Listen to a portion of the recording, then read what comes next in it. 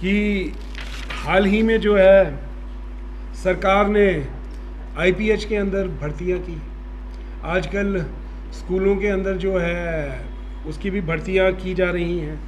और पीछे आपके माध्यम से ही हमने सुना कि 10,000 जो है जलवाहक जो है स्कूलों के अंदर जो है वो रखे जाने थे, जिसके अंदर पहले ये डिसाइड हुआ कि 5,000 जो है मुख्यमंत्री जी अपनी मर्जी से करेंगे और 5,000 जो है वो एसडीएम के माध्यम से होगा। लेकिन और उसके बाद क्या हुआ कि कई जगह से जो है विधायकों ने जो है अपनी लिस्टें बनाई और अपने चहेतों को नौकरियां दी। हालांकि जलवाहकों के अंदर ये एक क्राइटेरिया होता है कि या विधवा या अपंग या अनाथ, और वो लिस्टें बाई चांस बाहर भी निकल आई और जिन लोगों को उन्होंने उस जगह में लगाया ना उनमें से कोई विधवा थी ना कोई अनाथ था, और जो इनके पार्टी के जो काफ़ी भले बुरे परिवार थे उन लोगों को नौकरियां देने की कोशिश की गई। तो ये भाई भतीजे, उसके बाद जो है कांग्रेस पार्टी के कुछ लोग जो हैं वो कोर्ट में गए और फिर कोर्ट ने जो है साढ़े 10,000 जो 10,000 जो पद हैं इनके लिए जो है एक आरएनपी रूल्स का आधार बनाया। और अब हमें इस बात की कम से कम संतुष्टि है कि आरएनपी रूल्स के आधार पे जिस आदमी की योग्यता बनेगी, जो आदमी उस काम के लिए पात्र होगा, कम से कम वो वहाँ लगेगा जो ज़रूरतमंद होगा। इन्होंने तो ऐसा रास्ता बनाया था कि अपनी मर्जी से जो है, अभी आप देख लो कोई जेबीटी के अंदर आप देखो कोई भर्ती हो रही है सबऑर्डिनेट बोर्ड के थ्रू, किसी सबऑर्डिनेट बोर्ड के थ्रू कोई भर्तियां नहीं हो रही हैं। सारी भर्तियां जो हैं बैकडोर दरवाजे से की जा रही हैं। तो ये जो चीज़ें हैं, मेरा ऐसा मानना है कि लोग जो हैं अब जागरूक हो गए हैं। योजना स्कीम, आवास योजना स्कीम नहीं हुआ करती थी, मुख्यमंत्री आवास योजना स्कीम नहीं हुआ करती थी। ये जो स्कीमें हैं ये कांग्रेस के समय से चली आ रही हैं। मैं आपके माध्यम से एक और चीज़ बोलना चाहूँगा कि हाल ही में जो चंबा और आसपास के कॉन्स्टिट्यूएंसीज़ के अंदर नई जो पंचायतें हैं उनका जो गठन हुआ है, उन नई पंचायतों के अंदर 1.5 साल हो गया है। उन पंचायतों के अंदर ना तो कोई भवन का निर्माण हुआ है, ना वहाँ कोई परमानेंट सेक्रेटरी लगा है, ना वहाँ कोई परमानेंट ग्राम सेवक रोजगार सेवक लगा है, ना कोई सलाई अध्यापिका लगी है। तो किस चीज़ का बखान? सरकार जो है हर जगह जो है वो विफल है, हर जगह जो है सरकार जो है फेल है। और मैं बोलना चाहूँगा कि जो हमारे कांग्रेस के समय में जब यूपीए की सरकार थी तो मनरेगा की जो स्कीम थी वो हमने मनरेगा एक्ट जो है वो कांग्रेस सरकार ने लॉन्च किया। और आज भी मनरेगा की वजह से गांव में जो है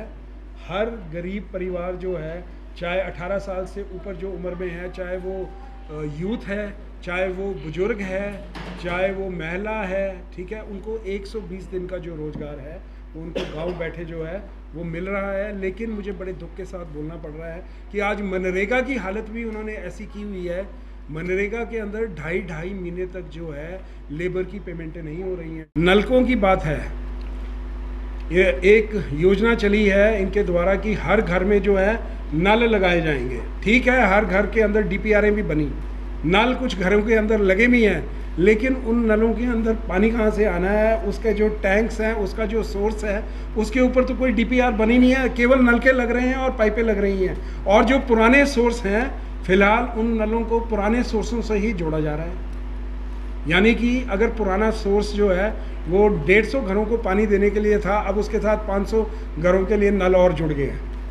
तो हो ये रहा है कि अब जो 150 लोगों को नल पानी मिल रहा था, अब वो भी उस पानी से वंचित हो गए हैं। स्कीम है वो पूरे, देखो बात ऐसी है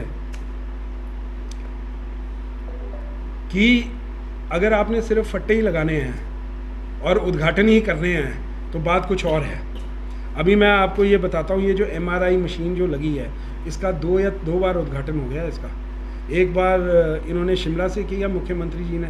उसके बाद मुख्यमंत्री जी फिर चंबा आए, दोबारा इसका बटन दबाया, इसका फिर उद्घाटन किया। और दुख की बात यह है कि आज भी वो मशीनें चलाने के लिए रेडियोलॉजिस्ट जो है वो यहाँ उपलब्ध नहीं है। उद्घाटन आप जितनी मर्जी कर दो, बाकी ऐसा है कि बोलते रहेंगे तो हर चीज़ के अंदर सरकार जो है पूरी तरीके से विफल रही है। और 2022 के चुनाव हैं,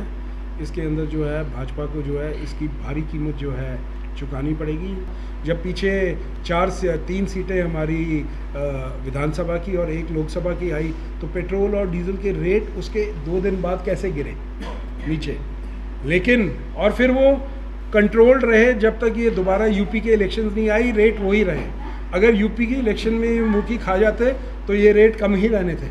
लेकिन क्योंकि उन्होंने विजय हासिल कर ली इन 3 इलेक्शनों के अंदर, तो आप देखो दाम जो है वो सीधे जो है फिर से बढ़ना शुरू हो गए। और मैं एक और चीज़ बोलना चाहूँगा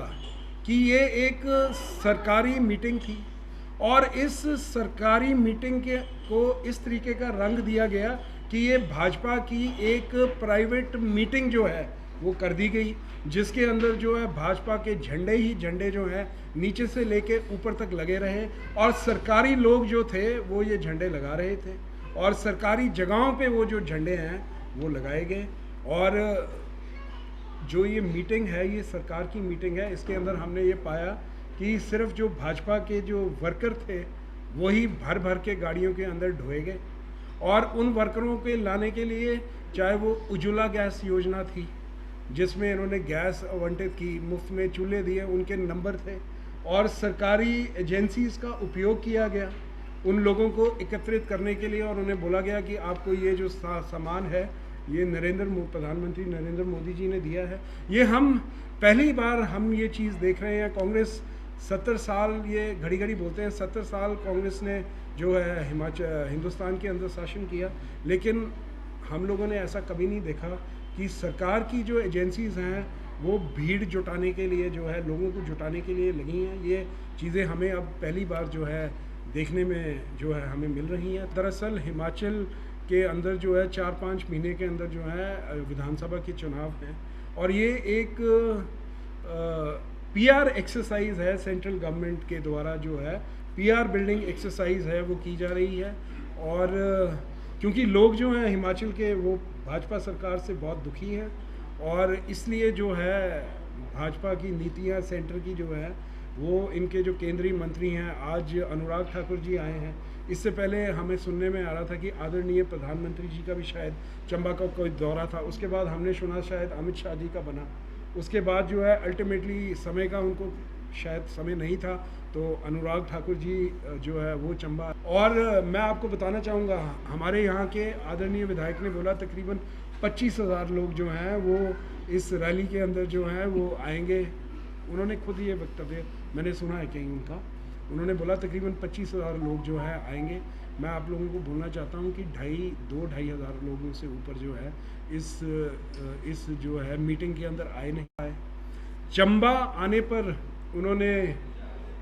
ये अनाउंसमेंट की कि भाई हम 5 जो है मैं स्टेडियम जो है हर कॉन्स्टिट्यूंसी के अंदर 1 स्टेडियम और 50 जो जिम है वो हम जो है अपनी तरफ से जो है मैं देता हूँ हर कॉन्स्टिट्यूंसी के लिए 10। मेरा ऐसा मानना है, ये बड़ी खुशी की बात है कि वो ऐसा बोल के गए हैं, लेकिन मुझे ऐसा डर है कि कहीं ये जिम और ये स्टेडियम भी ऐसे ना रह जाएं जैसे उन्होंने अपनी कॉन्स्टिट्यूंसी के अंदर ब्रॉड गेज रेलवे लाइन की बात की थी जब वो पहली बार सांसद जब बन के आए थे, वो आज तक वैसी की वैसी धरी की धरी रही है।